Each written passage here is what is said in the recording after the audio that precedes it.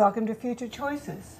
My name is Fran Snedeker, and I am the producer and moderator of this educational series dealing with reproductive health issues, and we are filmed at the LMC TV studios in Mamaroneck, New York.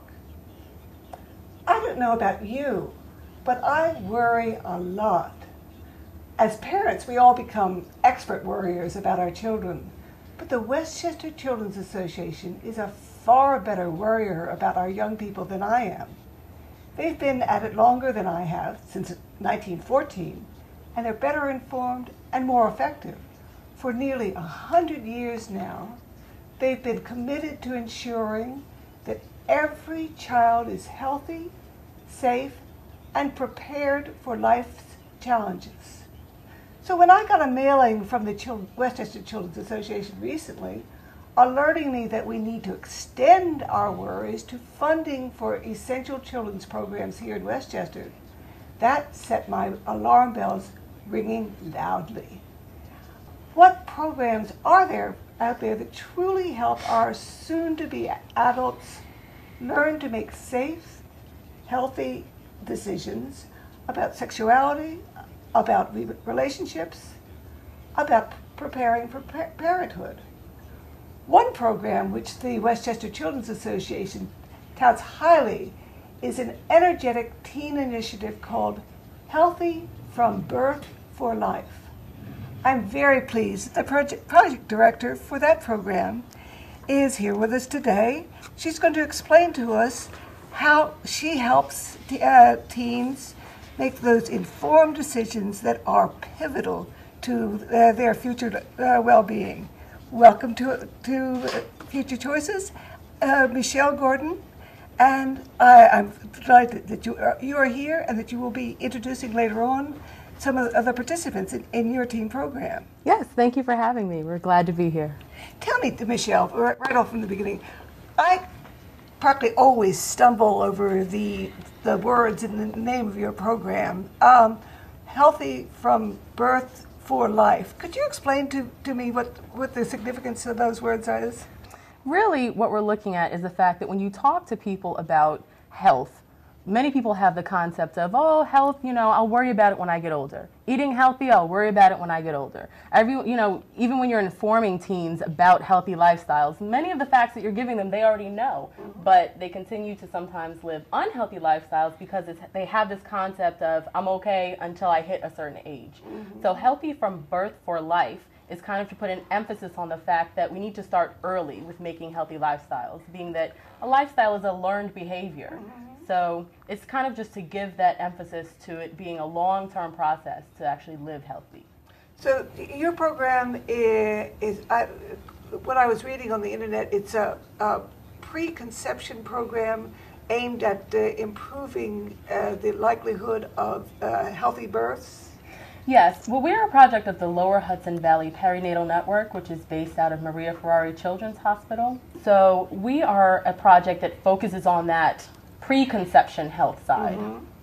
And you're based in the Maria Ferrari Hospital, but your programs take place where? In Mount Vernon and in Peekskill, which have been identified as high-risk zip codes for poor birth outcomes. I should have asked this before. How many people are involved? How many fellows do you have in Mount Vernon? We have about 30 in Mount Vernon, and we have about 20 in Peekskill right now.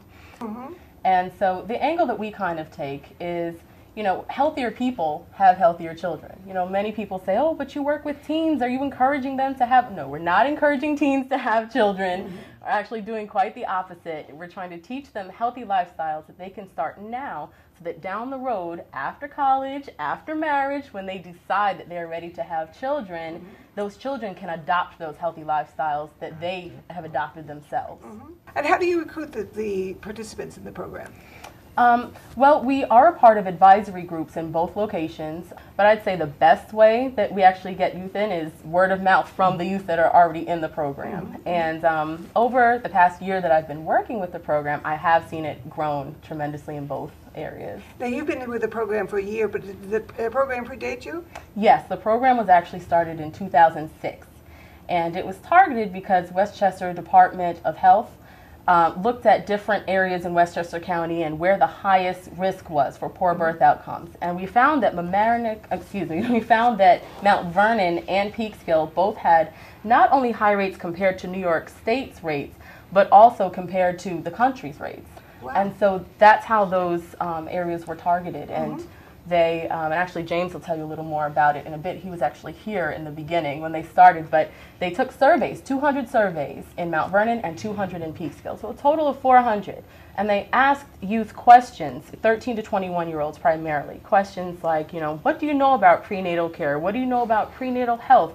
Do you know what perinatal health is? How do you feel about proper nutrition? What kind of physical activity? Just to get a whole bunch of data to see what their lifestyles were like. And then we kind of shaped the program out of the data that was received. That gives me a good basis for understanding the program better. But I'd like to hear the real skinny from some of your participants. You want to introduce our other guests, please? Sure. We have Chris Davis here, who we call our head fellow in charge, our HFIC. We have James Cumberland, who is a longtime member since the program's inception. We have Maxwell Ruffin, and we have Michael Campbell, who are also very active members. And you all are with the program in Peekskill or Mount Vernon? Mount Vernon. Mount Vernon. Excellent. What drew you to the program?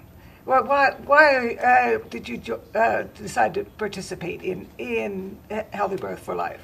All right. From the beginning, I was looking for a job, and I was kind of obese at the moment. So I went to this place called the Dole Center where we have our meetings, and then my boss, Ms. Patterson, she told me about this program that teaches about obesity. So I went to this program, and then I found it to be very fun. And every time we went, we had healthy snacks.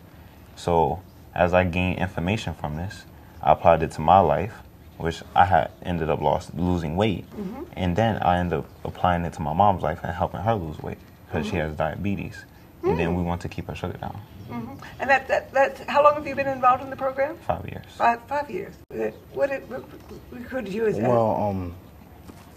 I'm friends with James, and one day in school he said he was going to a program called Healthy Birth for Life, and I was just sort of curious. It sort of struck me curious. I wanted to know what it was about, so I went with him to one of the meetings, and I mean, ever since then it's been interesting. All the information that we gather, I use it in my life. I use it in my family's life, and it's made my family a much stronger unit. And how often are the meetings? It's every Tuesday. Every Tuesday for 2 hours, from 3:30 to 5:30. Now, how do you explain this to your friends that if they want to hang out with you on a Tuesday afternoon and you say, well, no, I've got to go to group. How do you explain this to a friend of yours? Basically, to a friend, I'll explain. Basically, the future is coming sooner than you think it is. And I feel that this program helps me in many different ways. It helps me stay healthy and ensures me a long, healthy life. And also, I'm interested in marketing, and this is a very interesting part of social marketing. So I can teach people, my youth from the ages of 13 to 21, how to keep healthy and stay at their healthy weight, so they don't become obese or have diabetes. And I just explained to them that one way or another, we're going to have to learn about this, and I'd rather learn about it now when I'm still healthy than when the doctor comes and says, you have this, this, and this, and you need to change your life. After my lifestyle is already planned, because kids now, they're used to eating the junk food and just sitting around on the computer all day. So if you're doing that since you're about 10 years old, when you're around your 20s and 30s, it's going to be hard to say, you know what, now I'm going to go outside and jog every day for an hour. Oh, yeah. Let me assure you that's I agree.